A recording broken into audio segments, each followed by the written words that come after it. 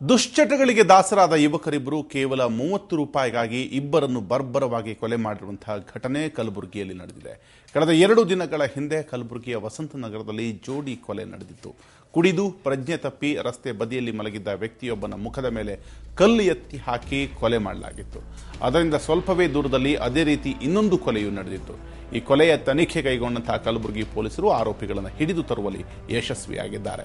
19 ವರ್ಷದ ಇನ್ನು ಮೀಸೆ ಚಿಗುರದ ಹುಡುಗರಿಬ್ಬರು ಸೇರಿ ಕೊಲೆ ಮಾಡಿರುವುದು ಬೆಳಕಿಗೆ ಬಂದಿದೆ. ಶ್ರೀಶೈಲ ಮತ್ತು ವಿಕಾಸ ಎಂಬ ಇಂದಿರಾನಗರದ ಯುವಕರೇ ಕೊಲೆ ಮಾಡಿದವರಾಗಿದ್ದಾರೆ. ದುಶ್ಚಟಗಳ ದಾಸರಾಗಿರುವ ಇವರು ಕೇವಲ 30 ರೂಪಾಯಿಗೆ ಕೊಲೆ ಮಾಡಿದ್ದು ಬೆಳಕಿಗೆ ಬಂದಿದೆ.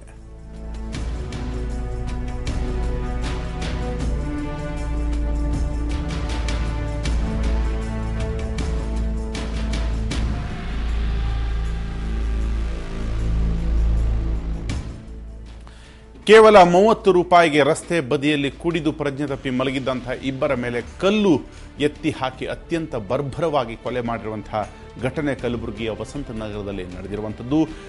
ಇನ್ನು 19 ವರ್ಷದ ಯುವಕರಿಬ್ಬರು ದುಶ್ಚಟಗಳ ದಾಸರಾಗಿದ್ದರು.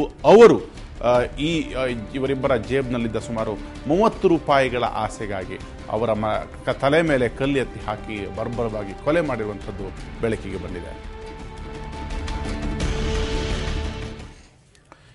ಈ ಬಗ್ಗೆ ಮಾತಾಡ್ತಾರೆ ನಮ್ಮ ಗುಲ್ಬರ್ಗ ಪ್ರತಿನಿಧಿ ಶರಣಯ್ಯ ಹಿರೇಮಠ. ಅತ್ಯಂತ ದಾರುಣ ಘಟನೆ ಅಂತ ಹೇಳ್ಬೋದು. ಕೇವಲ 30 ರೂಪಾಯಿಗೆ ದುಶ್ಚಟಗಳ ದಾಸರಾಗಿದ್ದ ಇವರಿಬ್ಬರು ಮಾಡಿರುವಂತಹ ಕೊಲೆ.